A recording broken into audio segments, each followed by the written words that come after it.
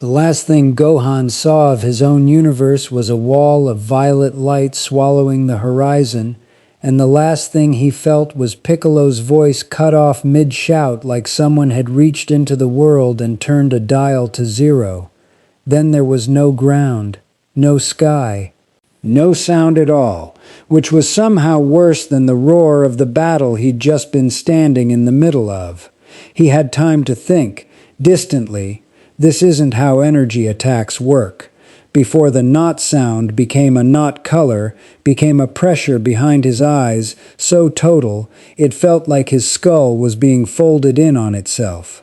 He didn't scream, he didn't have a mouth to scream with, not in any way that mattered. He just fell, if falling was even the word for movement, through a place that had no up or down to measure it by. When the world came back, it came back wrong.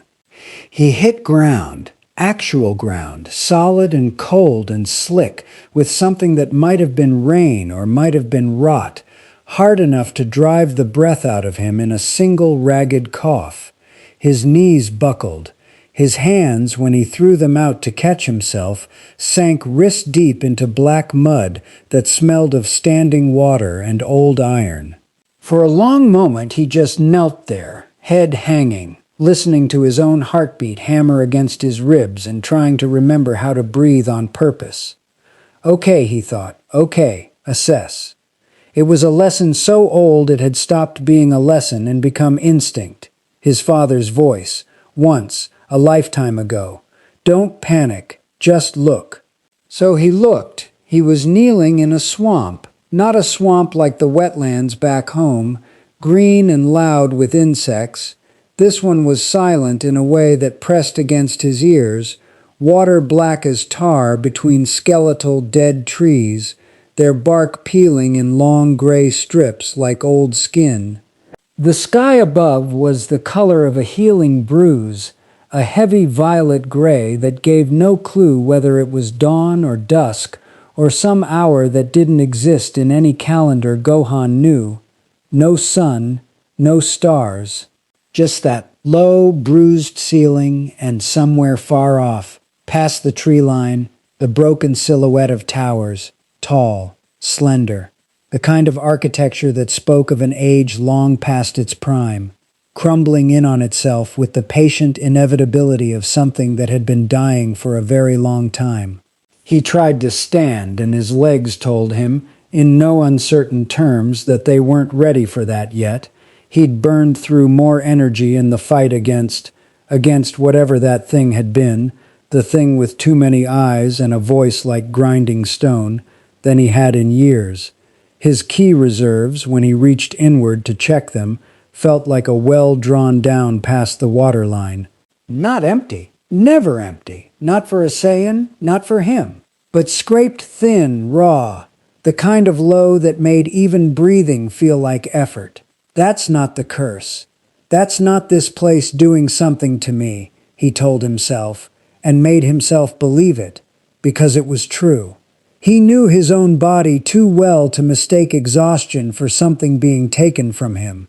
He'd fought to the edge of his limit, and then a good distance past it, and whatever had thrown him here had done it in the worst possible moment to ask anything more of him. So, hurt, drained, alone, and in a place that didn't look like anywhere in his universe, in any timeline, in any dimension he'd ever heard Bulma theorize about over breakfast.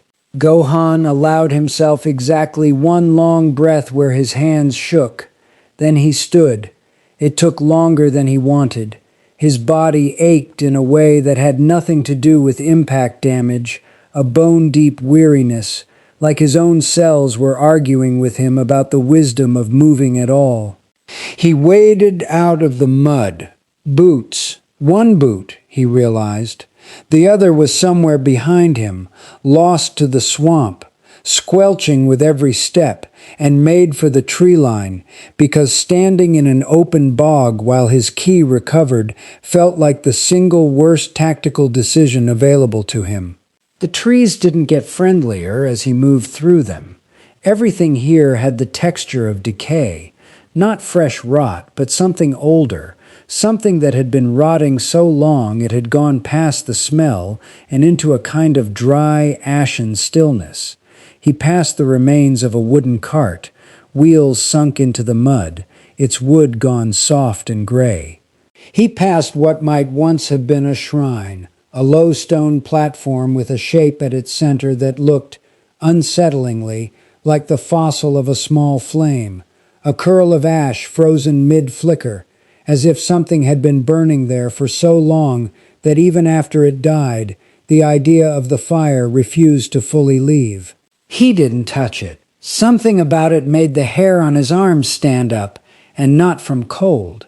It was maybe 20 minutes of slow, careful walking, favoring his left side, where a rib had cracked and hadn't finished knitting, before he heard the voices. He dropped low on instinct, more animal reflex than conscious decision, sliding behind the trunk of a half-collapsed tree and going still. Years of training had carved that reflex so deep it didn't need permission anymore. Assess before you're seen. He extended his senses the way his father had taught him, feeling for key signatures the way another person might listen for footsteps, and found almost nothing. That stopped him cold. He tried again, more carefully, expecting he'd simply misjudged the range, and found the same unsettling near blankness. There were people out there, close, 3 of them by the overlapping voices, but their energy signatures read as faint, muted, strange in a way he'd never encountered. Not weak, exactly. Dim, like candles behind thick glass. He'd sensed dying people before, and it wasn't that. It was more like something in the air here dampened the signal, or like whatever these people were made of didn't burn as bright as Ki normally did. Everything about this place is going to be like this, he realized, with the calm, sinking certainty of someone recalibrating an entire framework of understanding in real time. I can't assume anything works the way it does at home. He crept closer, keeping to the tree line, until he could make out shapes through the gaps in the dead trunks. 3 figures picking their way along a half-submerged stone path. One wore heavy dented plate armor the color of old steel, a shield slung across his back and a hand resting, loose but ready, on the hilt of a straight sword. Beside him walked a woman in layered white-gray robes, hood back, gray threading through dark hair, her face lined with the kind of tiredness that didn't come from one bad night. The third figure hung back a pace, younger, armored more lightly, clearly some kind of subordinate or apprentice, eyes darting at every shift in the mist. "Third patrol this week that's turned up nothing," the armored man was saying, voice a low rumble. Whatever came through, it didn't leave much of a trail. "It left enough," the woman answered. Her voice carried an authority the knight seemed to defer to despite his size. "The bonfire at the old shrine flared gold for the better part of a minute, Baldric. Gold. Not the color of any flame I've tended in 30 years of service." "That's not nothing." Gohan's stomach dropped, quietly. They felt it. Whatever came through with me, he hadn't even considered that his arrival might have registered, that ripping a hole between dimensions might leave a mark on wherever he landed, the way a stone leaves ripples. He thought uneasily of his own energy, of the golden flare that came with pushing past his limits, and wondered exactly how much of him had bled through into this world before his body ever hit the ground. He should have kept still. He knew that, even as he felt his balance shift on the soft ground, even as the rotted branch beneath his palm gave a soft, treacherous crack. All 3 heads turned as one. "There! The knight!" Baldric snapped, sword already half drawn, shield swinging off his back with the ease of long practice. Movement! West side! Gohan weighed his options in the space of half a heartbeat. He could vanish, even exhausted, Even running on fumes, he was almost certainly fast enough to simply not be there anymore by the time they reached the tree line. But that felt wrong on some deeper level, a decision made out of fear rather than sense, and Gohan had never been comfortable making decisions out of fear. He stepped out from behind the tree instead, hands open, empty, held slightly away from his body in the universal shape of "I am not attacking you." "Sorry," he said, and his voice came out rougher than he meant it to, throat still raw from whatever had happened on the way here. "I didn't mean to scare anyone. I'm not looking for trouble." The reaction wasn't what he expected. He'd braced for hostility, maybe fear.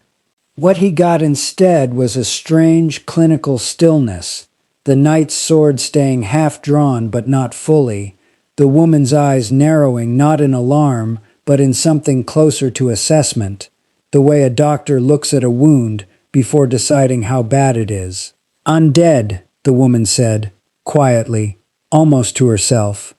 "Not a question. What?" Gohan blinked. "Don't play games, traveler." Baldric's voice had gone flat, careful. "Show us your brand." "My what?" The woman took a step forward, ahead of the knight, one hand raised in a small, staying gesture toward him. "Easy, Baldric. Look at him." Her eyes moved over Gohan with unhurried thoroughness, the torn gi, the missing boot, the mud, the exhaustion he knew was written plainly across his face. "No brand that I can see, no hollowing in the eyes either, and I've looked at enough of them to know the difference." She tilted her head. "But you're no ordinary wanderer, are you?" Sir Baldric felt the flare from your bonfire clear across the marsh. "My bonfire?" Gohan filed that phrase away, uncertain what it meant, but certain it mattered. I don't know what a brand is, or hollowing. I'm not from around here." "I don't even know where here is." That, at least, earned him a long, considering silence. "A fair number of things wash up in this world claiming not to know where here is," the woman said finally. "Some of them are telling the truth. Some of them are hollow enough not to remember lying." She studied him a moment longer, and something in her posture eased, fractionally, not trust, but a willingness to withhold judgment a little longer. "I am Sister Elwyn of the Way of White. This is Sir Baldric of Kareem.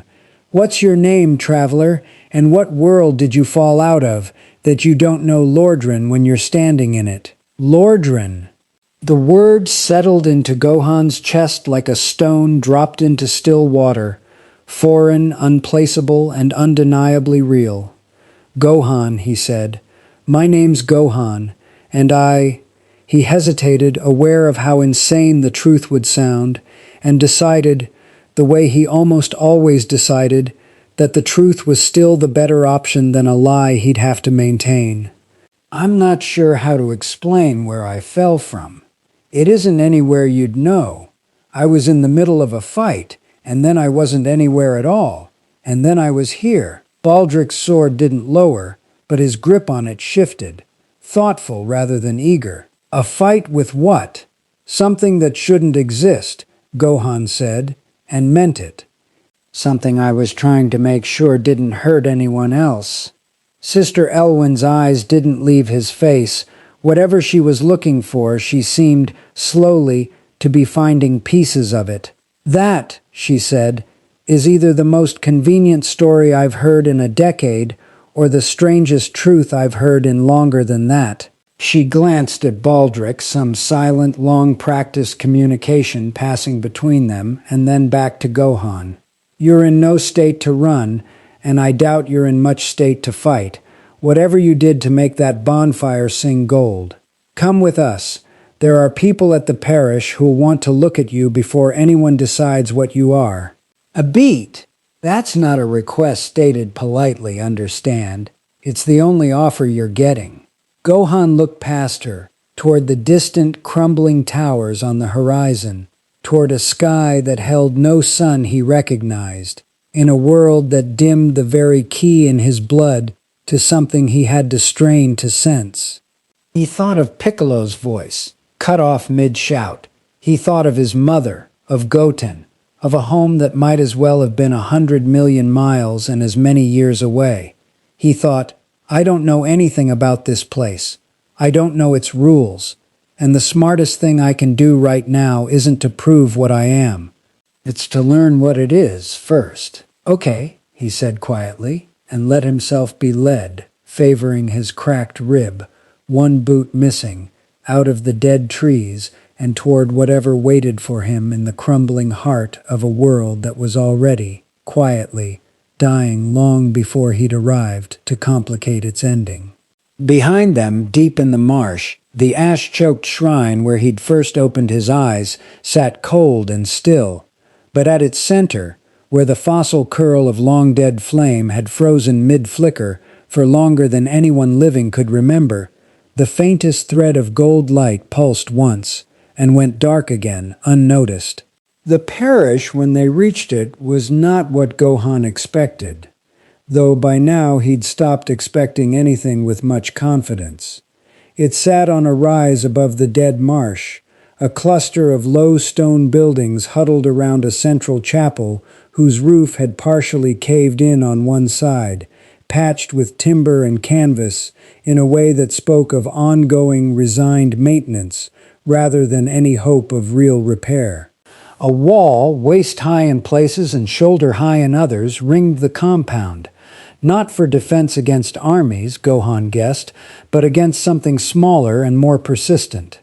A handful of figures moved between the buildings, robed clerics, a few armored men standing watch at intervals, and, he made himself notice because it mattered, no children, no elderly, no sense of ordinary daily life. Just people doing necessary grim work with the economy of motion of those who had been doing it a long time.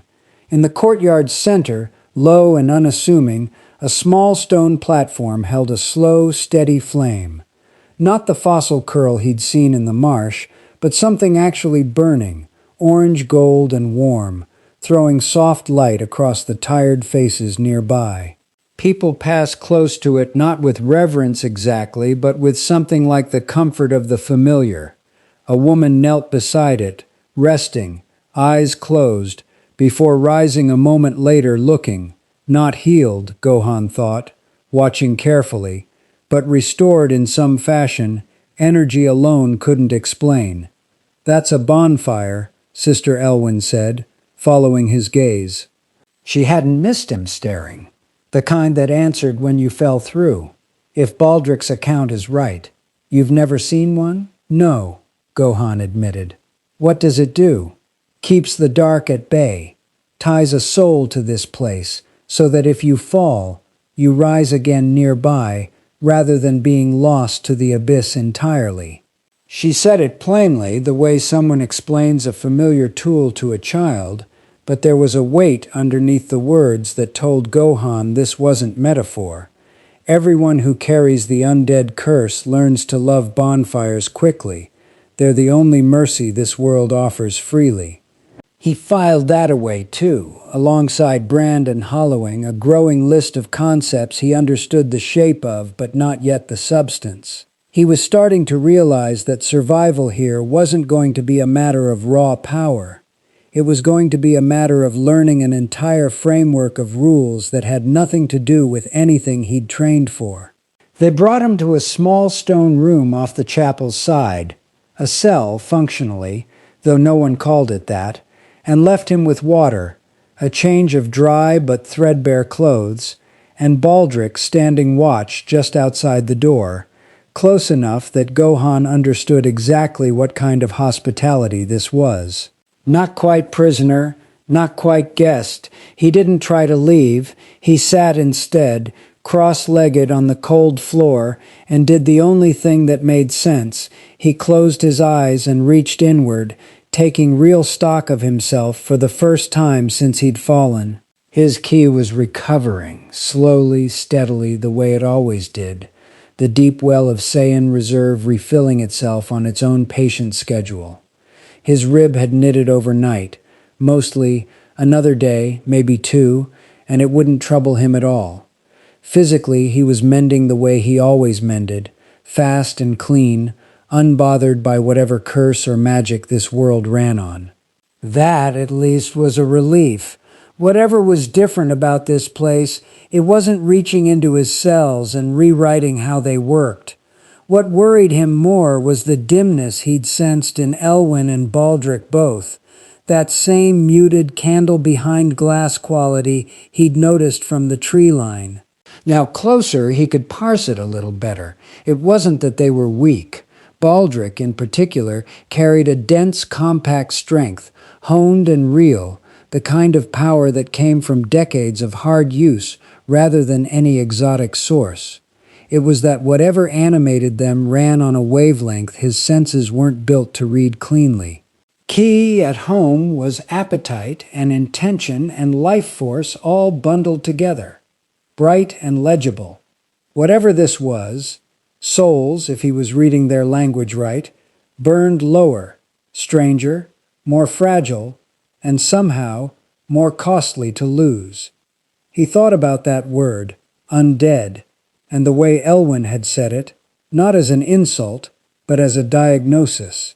He thought about the empty streets he'd glimpsed at the compound's edge, and the careful, tired economy of everyone's movements, like people rationing something more precious than food. This isn't just a strange world, he thought slowly. This is a dying one, and they know it. The door opened without a knock some hours later. Sister Elwyn stepped in, alone this time, and settled onto the room's single stool with the unhurried ease of someone used to difficult conversations. "You've been quiet," she said. "I expected more questions, or more demands. Most who wash up here have one or the other." "I've got plenty of questions," Gohan said. "I just don't know which ones to ask first, or whether asking them makes me sound more dangerous or less." He met her eyes, level and honest, because it was the only currency he had to offer. "I don't want you to be afraid of me, but I also don't want to lie about what I am to make that easier." Something in her expression shifted, not quite warmth, but a loosening, the wariness of a soldier deciding a threat assessment could wait another hour. "That," she said, "is a more careful answer than I expected." She folded her hands in her lap. "Tell me about the fight, the one you say you fell out of." So he told her. Not everything, some of it he suspected wouldn't translate, wouldn't mean anything to someone with no concept of planets, of multiverses, of the particular grief of losing a father twice, but enough. He told her about a world under threat, about people he loved standing between it and something that wanted to unmake it. He told her, carefully, about power that didn't come from magic or curses, but from training, from discipline, from a life spent pushing past what he thought his body could survive, over and over, until pushing past limits simply became who he was. He didn't tell her the numbers. He didn't say the word Saiyan. He didn't reach for the gold light that lived coiled and patient under his skin, waiting. Some instinct, quiet and certain, told him that showing his full hand here, in a stone room, to a tired cleric, before he understood a single rule of how this world's power actually worked, would be a mistake born of pride rather than wisdom.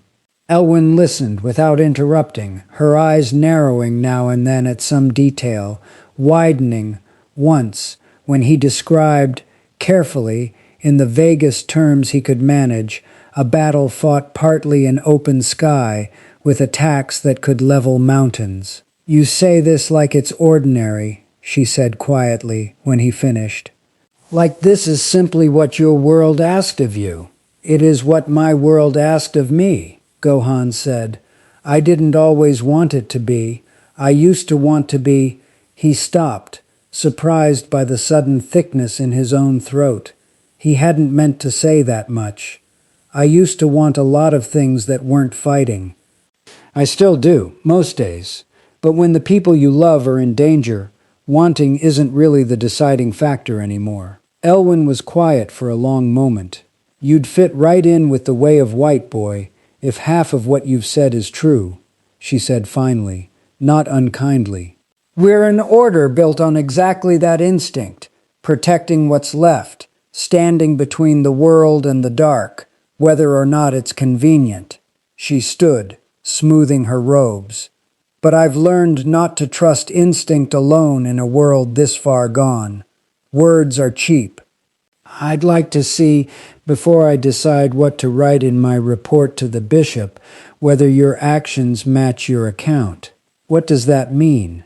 It means, she said, there's a nest of hollows 2 miles east that's grown bolder than we can spare men to handle properly, and Sir Baldric's patrol is heading out within the hour, regardless of what I decide about you. If you're what you say you are, someone who fights because people need protecting, not because you enjoy the fighting itself, then you'll have your chance to show it, alongside us. Watched, but alongside us. Her eyes fixed on his, steady. If you're something else, we'll learn that too, and considerably faster than sitting in this room talking in circles. Gohan felt something in his chest ease slightly, not because the offer was safe, but because it was honest. No demands to prove himself through spectacle, no immediate suspicion curdling into violence, just a test built on the one thing he actually knew how to do. Okay, he said, I'll go. The hollow's nest turned out to be the ruin of what had once been a small watchtower, half collapsed into a ravine choked with bramble and standing water, the kind of place that would have been unremarkable if not for the wrongness radiating from it, a low, sourceless hum of decay that even Gohan's unfamiliar senses picked up as bad, distinct from the general dead world ambience of everywhere else he'd walked so far. Baldric's patrol numbered 6, counting the knight and the younger apprentice Gohan had seen earlier, a thin, earnest young man named Corvin, who kept glancing at Gohan with a mixture of curiosity and unconcealed nerves. Elwyn came too, staying back with a small honor guard, watching, exactly as she'd said she would. Stay behind Corvin until you're needed, Baldric instructed, voice low, all business now that they were in the field. You say you can fight. I'll believe it when I see it, and not before. Until then, you're a liability I'm keeping an eye on. Understood?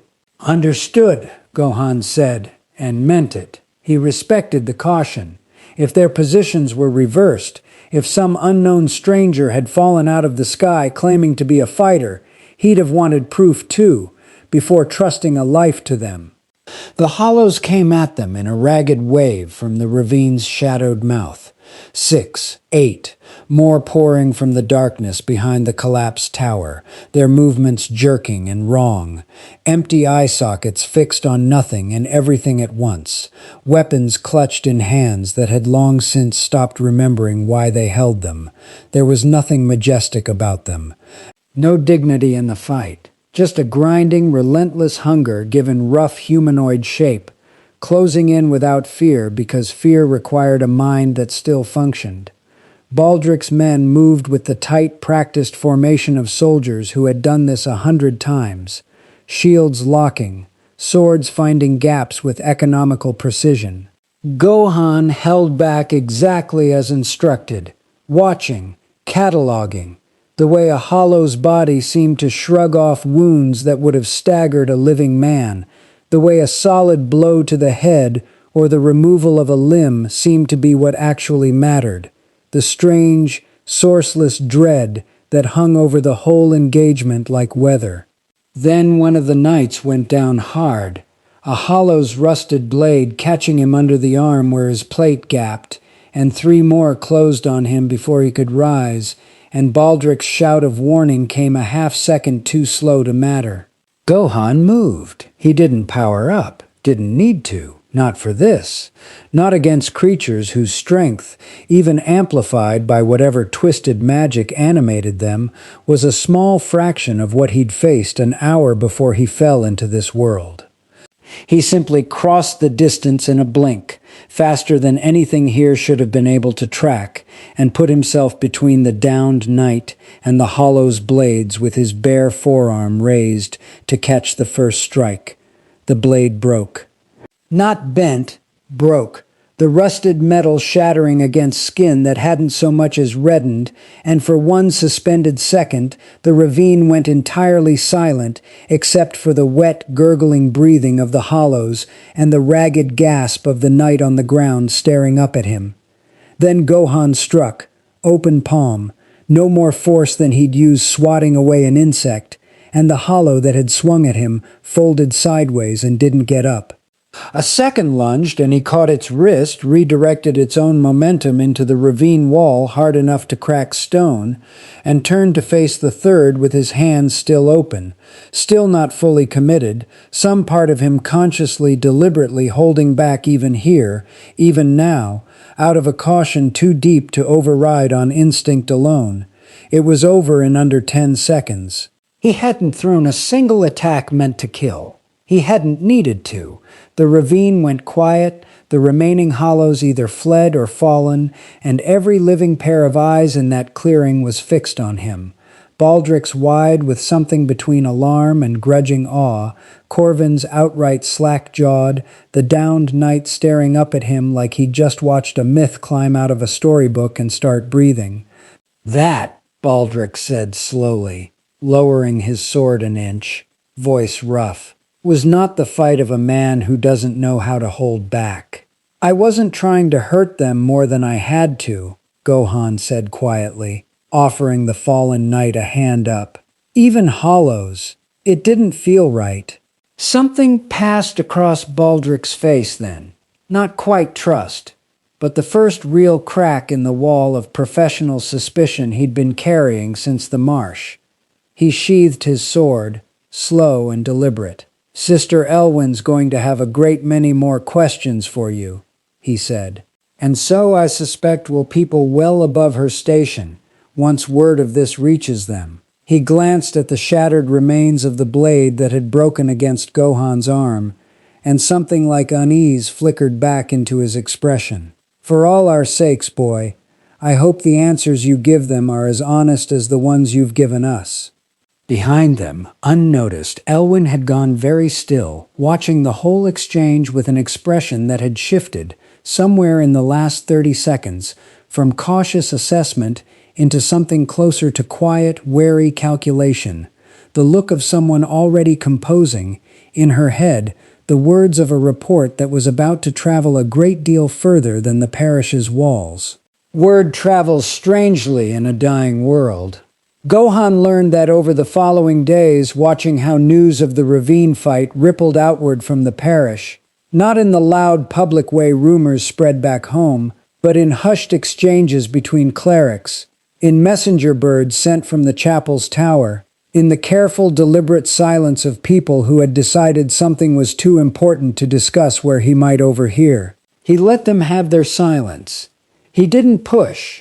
Instead, he made himself useful in the small, unglamorous ways that didn't require anyone to trust him with anything sharp. Hauling water, helping reinforce a section of collapsing wall, sitting with Corvin in the evenings while the younger man cleaned his gear, and slowly stopped flinching every time Gohan spoke to him directly. "You don't eat much," Corvin observed, on the third evening, watching Gohan pick at a bowl of thin gray stew that tasted mostly of salt and old vegetables. "I eat plenty when there's plenty to eat," Gohan said, with a small, rueful smile. "I didn't want to take more than my share." "Everyone here looks like they're stretching things thin already." Corvin's expression did something complicated, surprise, then something warmer. "Most who fall into Lordran take whatever they can get their hands on and don't think twice. You're an odd one, Gohan." "I've been told that before," Gohan admitted. "Different world, same result, I guess." It was the kind of small, ordinary exchange that made the strangeness of his situation bearable, and Gohan found himself, against the backdrop of everything else, grateful for it. But ordinary evenings were, he was quickly learning, a luxury this world rationed as carefully as its food. The messenger arrived on the 5th morning, not one of the parish's own birds, but a rider, armored in the pale blue-white of some higher-order Gohan didn't recognize, mud-spattered from hard travel. He spoke with Sister Elwyn for a long time behind the chapel's closed door, and when Elwyn emerged, her face had the particular stillness of someone who'd just been handed a problem larger than she knew how to carry alone. She found Gohan in the courtyard, near the bonfire, and didn't waste time with preamble. "The bishop wants you brought to Kareem," she said, "under escort. He's heard the account of the ravine, exaggerated, I'd wager, by the time it reached him, though I suspect the truth needed little exaggeration, and he wants to see for himself what fell into his diocese out of nowhere." Gohan set down the water skin he'd been filling. "Is that a request, or the same kind of offer you gave me before?" Elwyn's mouth twisted, not quite a smile. "You're learning the shape of things quickly. It's the same kind of offer. You could refuse. I don't think Baldrick's patrol could stop you now. Not after what we saw, and we both know it. But refusing would answer a great many questions about you that I'd rather see answered the other way." She met his eyes, steady.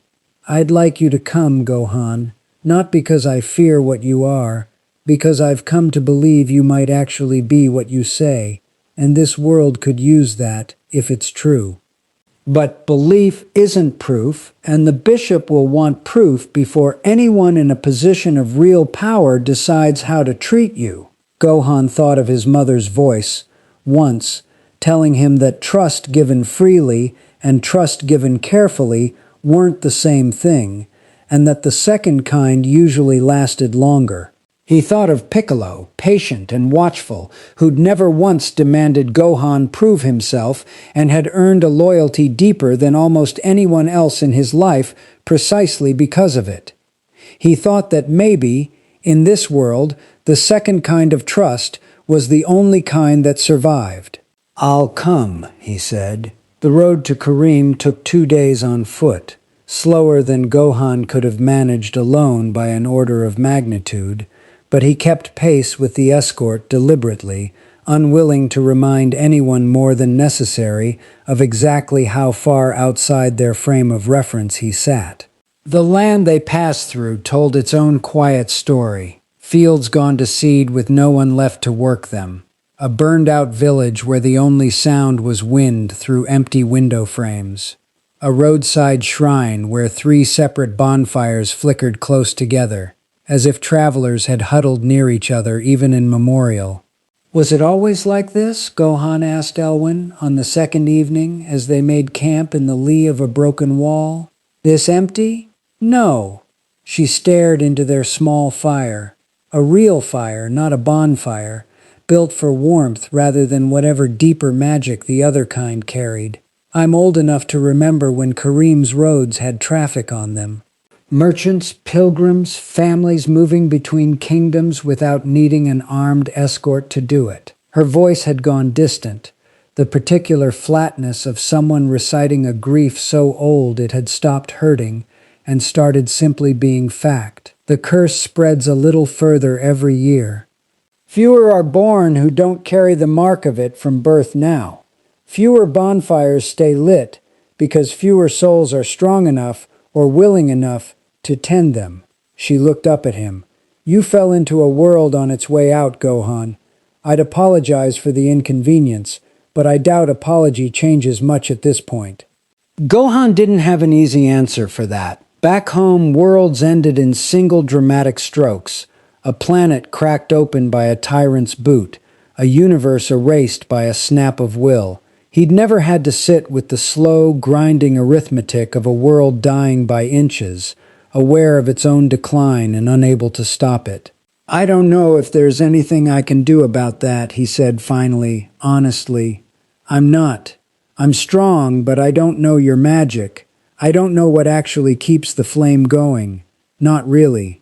I couldn't just punch this problem and fix it." "No," Elwyn agreed. "But I've watched you for 5 days now, Gohan, and I've come to a conclusion I didn't expect to reach so quickly." She held his gaze across the low firelight. "Whatever else you are, you're someone who makes people around him want to keep fighting, instead of giving in. That's not nothing in a world this tired. That may be worth more than any amount of raw strength. Kareem's inner keep rose out of the gray hills like something that had once been beautiful and had settled, over centuries, into a kind of weathered dignity instead. Pale stone walls streaked dark with rain, banners faded past recognition, the whole structure wearing its age the way an old soldier wears scars. Gohan felt the shift in atmosphere the moment they passed through its gates. More eyes on him, more soldiers standing at attention rather than at ease, the particular charged stillness of a place bracing for something it hadn't decided yet how to categorize. Bishop Aldrich Wren received them in a modest stone chamber.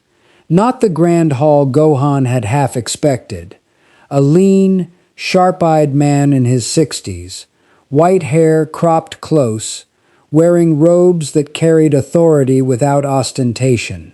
He studied Gohan for a long moment before speaking, the kind of look that Gohan recognized from certain of his own teachers back home, a mind cataloging, weighing, refusing to leap to conclusions before it had gathered enough to leap safely.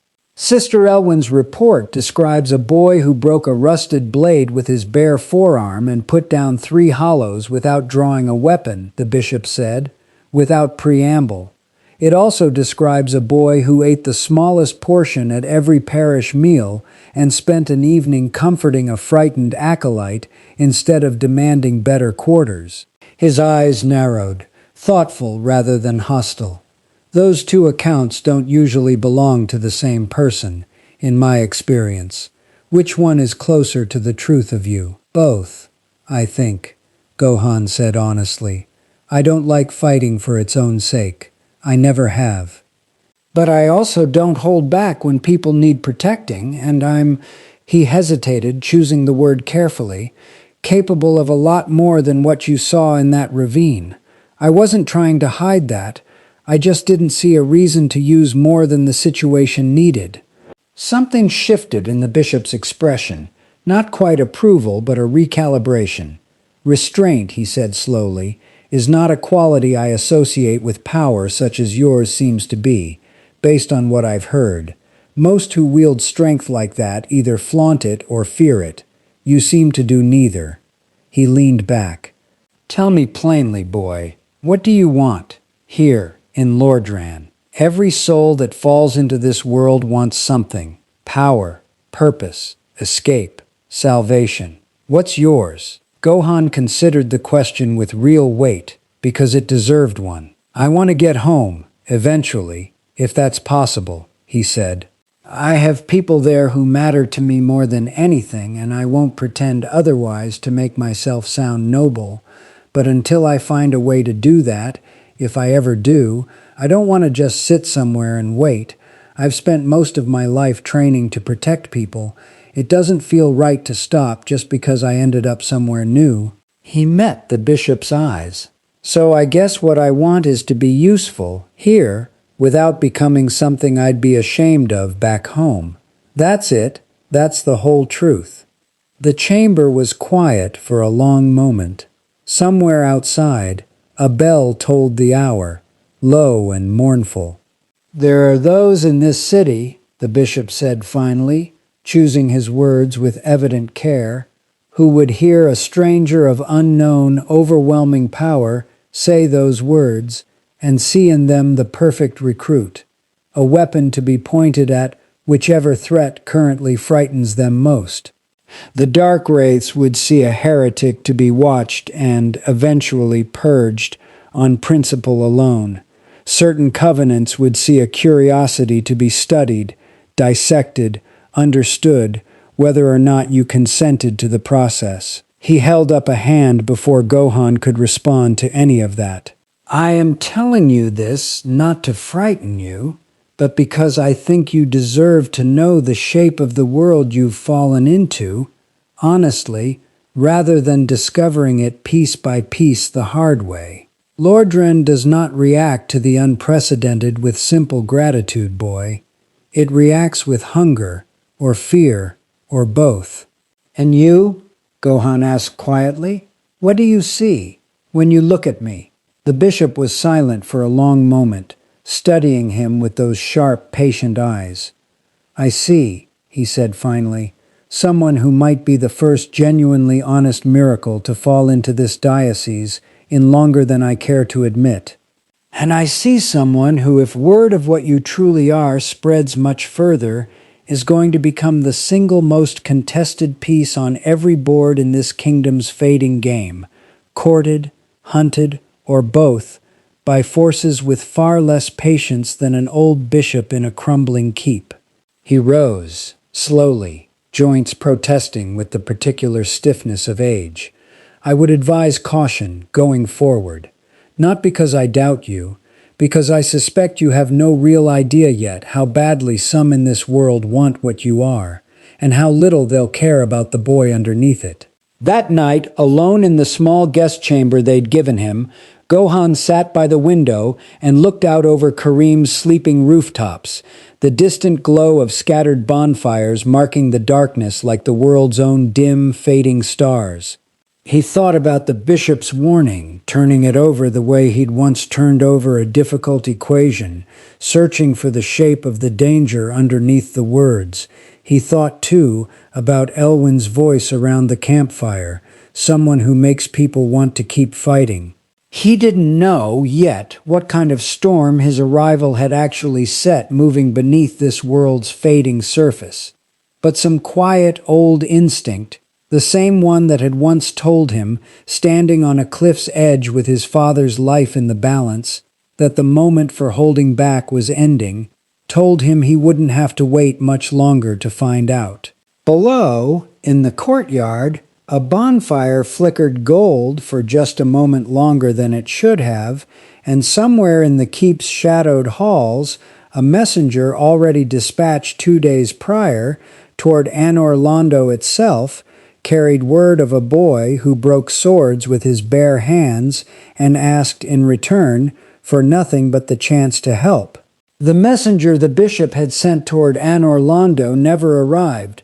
Gohan learned this on the 7th day, in the worst possible way, not through careful diplomatic channels, not through another quiet conversation in a modest stone chamber, but through the sound of the keep's alarm bell tolling in a pattern he'd never heard before, frantic and uneven, and Sister Elwin's face, ashen, appearing in his doorway before dawn had fully broken. "Get up," she said, and there was none of her usual measured calm in it. "Now, Gohan, something's coming." He was dressed and moving before she'd finished the sentence, old instinct taking over the way it always did when the air itself seemed to change texture around a threat. In the courtyard below, Kareem's garrison was assembling in ragged, half-armored haste, and above the keep's walls, past the gray pre-dawn light, Gohan could see it. Not hear it, not yet, but see it. A smear of wrongness against the horizon, black and vast and moving with a slow, deliberate patience that was somehow more frightening than speed would have been. "What is that?" he said, and it wasn't really a question. "A dark wraith war party," Baldric answered, arriving at a run, already in half his armor, and buckling the rest as he moved. "That's not a raid. Raids don't come in numbers like that." His jaw was tight.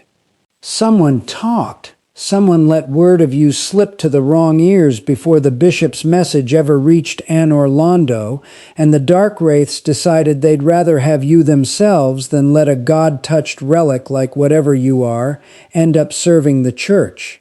Gohan felt something cold settle in his stomach, not fear for himself, but the sick, familiar recognition of a pattern he'd lived through before, in a dozen different forms, on a dozen different worlds. "People are about to get hurt because of me." "How many?" he asked. "Reports from the Outer Watch say near 200, Baldric said grimly. "We've got a garrison of 60, half of them stretched thin from patrol duty. We are not equipped for this, Gohan, not remotely." Bishop Ren appeared at the top of the keep's inner stair, robes hastily thrown on, face carved from the same weathered stone as the walls around him. He didn't waste time on shock or recrimination.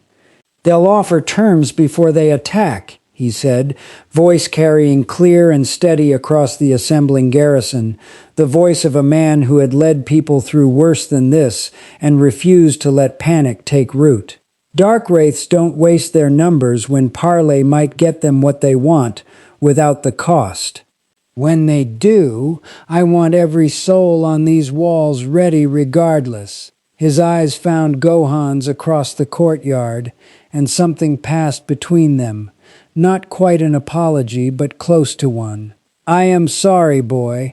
I told you I'd advise caution, and then I let word travel faster than caution could keep pace with. That falls on me." "It's not your fault," Gohan said, and meant it, already moving toward the wall, already feeling the old, familiar calm settle over him. Not the absence of fear, but the setting aside of it, the way he'd learned to do since he was 4 years old, and far too young for any of what the world had asked of him. "Let me talk to them first, before anyone decides this has to end in a fight." "That may be exactly what they want," Elwyn warned, falling into step beside him. "Maybe," Gohan agreed. "But if there's a chance to avoid 200 people dying over something that's actually about me, I have to take it. That's not negotiable, sister. I won't hide behind other people's walls while they bleed for a fight I might be able to end with a conversation instead." The Dark Wraith war party reached parley range as the sun cleared the horizon, and Gohan understood, looking at them properly for the first time, exactly what kind of threat Baldric's warning had actually meant. They didn't move like the shambling, mindless hollows from the ravine. They moved with purpose, with discipline, black armor drinking the pale morning light, curved swords humming faintly with something that made Gohan's unfamiliar senses recoil, a hungry, corrosive quality, like standing too close to an open wound in the world itself. At their head rode a figure taller than the rest, armor edged in something that pulsed faint and violet, a presence that made even Bishop Ren's steady composure tighten fractionally. When the figure spoke, the voice carried an unnatural resonance, layered and wrong, as if more than one throat spoke the words at once. "Bishop Ren." The Darkwraith commander's helm turned, slow, deliberate, taking in the assembled defenders with open contempt before settling, unerringly, immediately, on Gohan. "You've been hiding something interesting. My masters heard the story from 3 separate mouths before it even reached your bishop's own messenger.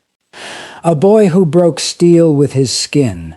A boy whose bonfire flared gold on arrival, brighter than any soul this dying world has produced in a generation." The helm tilted. "We've come to collect what should never have belonged to the church to begin with." "I'm not property," Gohan said, stepping forward before anyone could stop him, voice level, carrying clearly across the tense space between the two forces. "I'm not something to be collected. Whatever you heard, whatever you think I am, I make my own choices about who I stand with. That's not up for negotiation." A ripple of something, amusement, maybe, or contempt, moved through the Darkwraith commander's posture.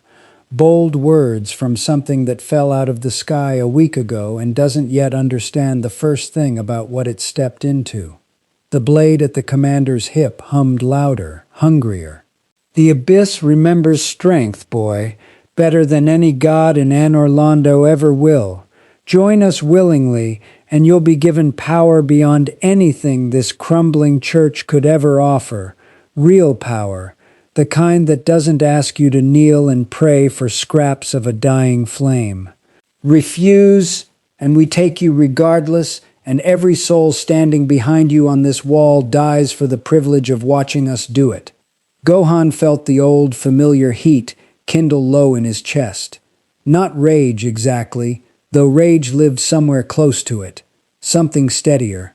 Something that had carried him through every genuinely desperate fight of his life. The absolute, unshakable clarity of a line being drawn, and the certainty of which side of it he stood on.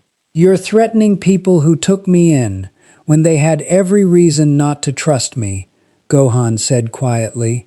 "People who fed me and warned me and treated me like I mattered as a person before they ever cared what I could do. And your answer to that is to threaten to kill them if I don't come with you willingly." He felt the ground beneath his bare feet. He'd never recovered that lost boot, he realized, distantly, absurdly, as the air around him began, very slightly, to hum.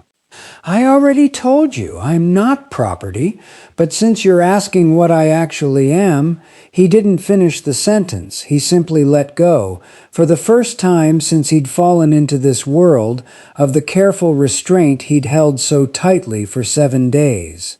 Gold light erupted around him, not gradual but immediate and total, hair bleaching white gold and lifting as if gravity itself had loosened its grip, the ground beneath his feet cratering outward in a perfect ring as raw ki, held back, contained, rationed so carefully for a week, poured out all at once.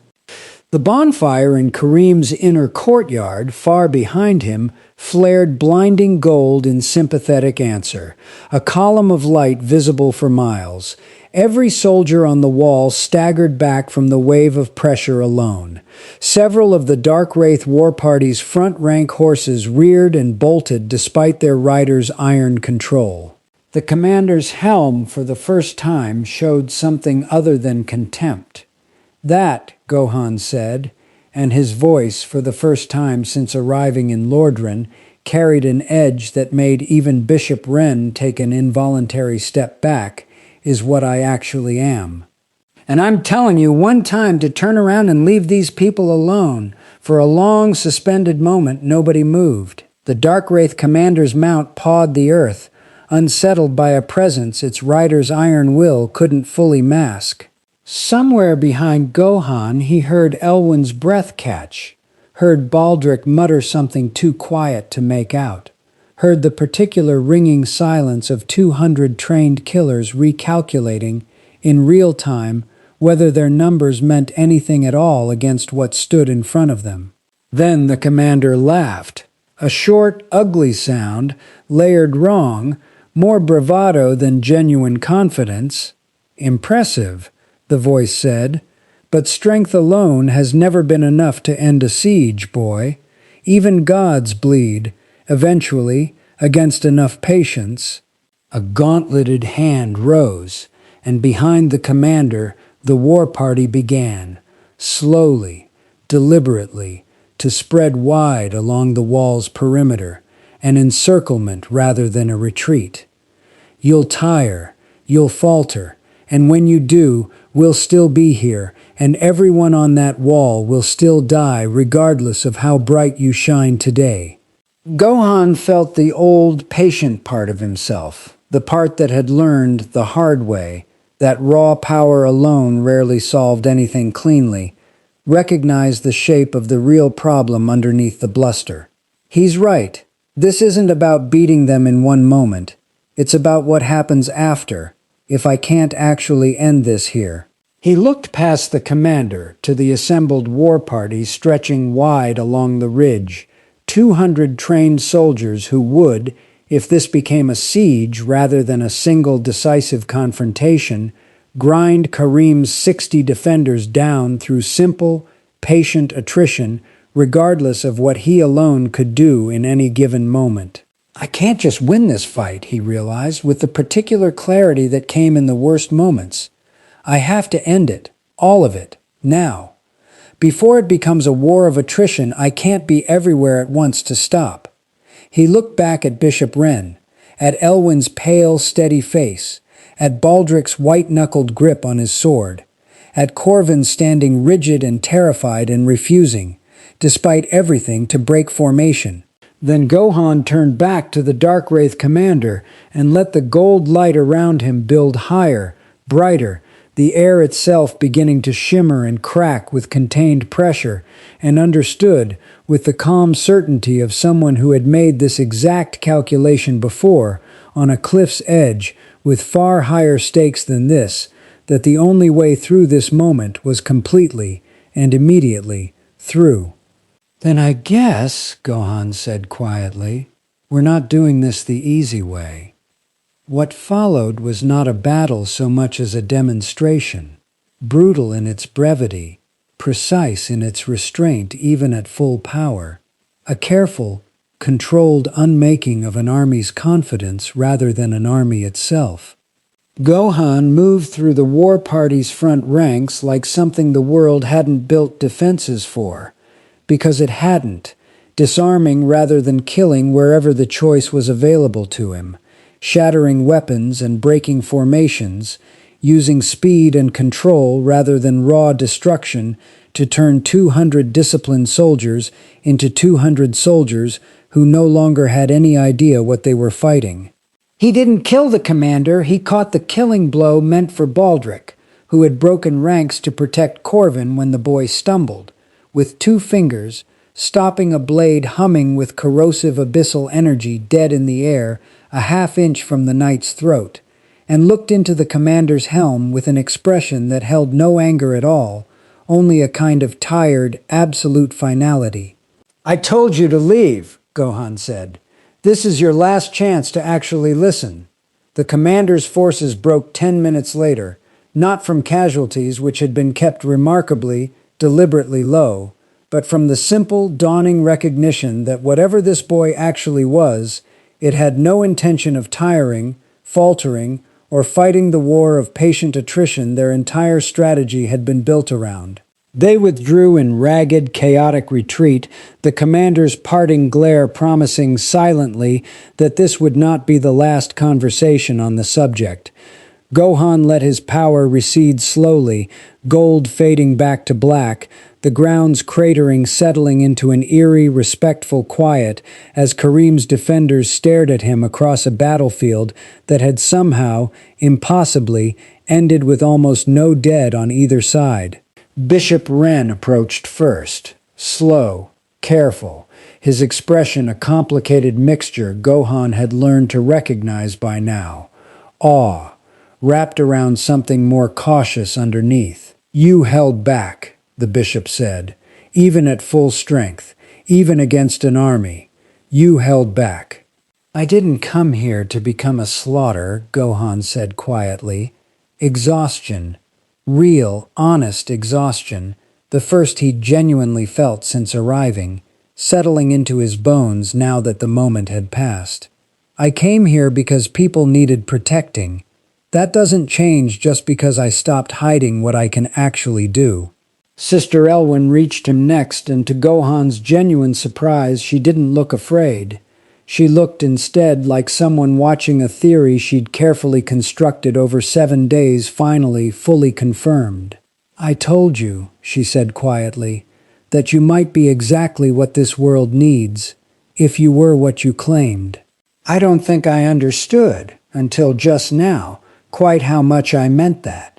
She looked past him, to the retreating war party's dust cloud on the horizon, and her expression sobered. "But you should understand something, Gohan, now that the whole world has seen what that was. This will not be the last army that comes for you. If anything, you've just made yourself the single most valuable, most contested thing in Lordran. Every kingdom, every covenant, every desperate soul with an ambition too large for their power is going to hear about this by nightfall."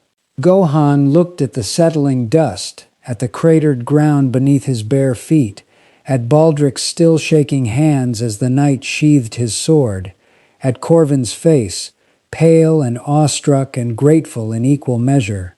"Then I guess," he said, quiet and steady, the same tired resolve that had carried him through every impossible fight of his life, "we'll deal with that when it comes. One choice at a time. That's all I know how to do." Above them, the sun cleared fully over Kareem's battered walls, and for the first time in longer than anyone standing there could remember, the light didn't feel quite as gray or quite as tired as it had the morning before.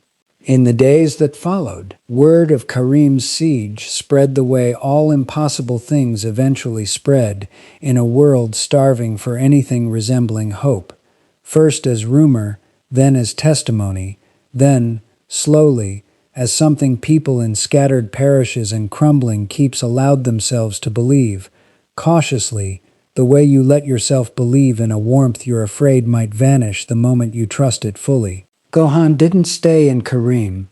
Bishop Ren understood, without needing to be told twice, that keeping him in one place only made him easier to besiege, and that the boy himself had never wanted to be anyone's fortress centerpiece to begin with. So he moved on, eventually, out toward the wider, fading reaches of Lordran, toward Firelink, toward whatever waited beyond it, carrying nothing but the clothes on his back, a debt of gratitude from a dying kingdom, and the quiet, growing certainty that Sister Elwyn had been right about one thing above all else. This would not be the last army that came for him. This would not be the last choice he'd have to make about who he stood with, and why, and what it cost. But walking the ash-gray roads of a world that wasn't his, beneath a sky that held no familiar stars, Gohan found that the fear of that uncertain future had already, somewhere in the last 7 days, been quietly replaced by something steadier. The same old, worn-in resolve that had carried him through every impossible fight since he was far too young to have been asked to carry it at all. He didn't know if he'd ever find a way home. He didn't know how many more kingdoms, how many more covenants, how many more desperate, hungry hands would reach for what he was before this world's slow fade toward dark finally reached its end, one way or another. But he knew, with the same quiet certainty that had once made a frightened boy stand between his father and a monster far beyond his weight class, that whatever waited down that ash-gray road, he wouldn't be walking it away from anyone who needed him. He'd be walking it toward them.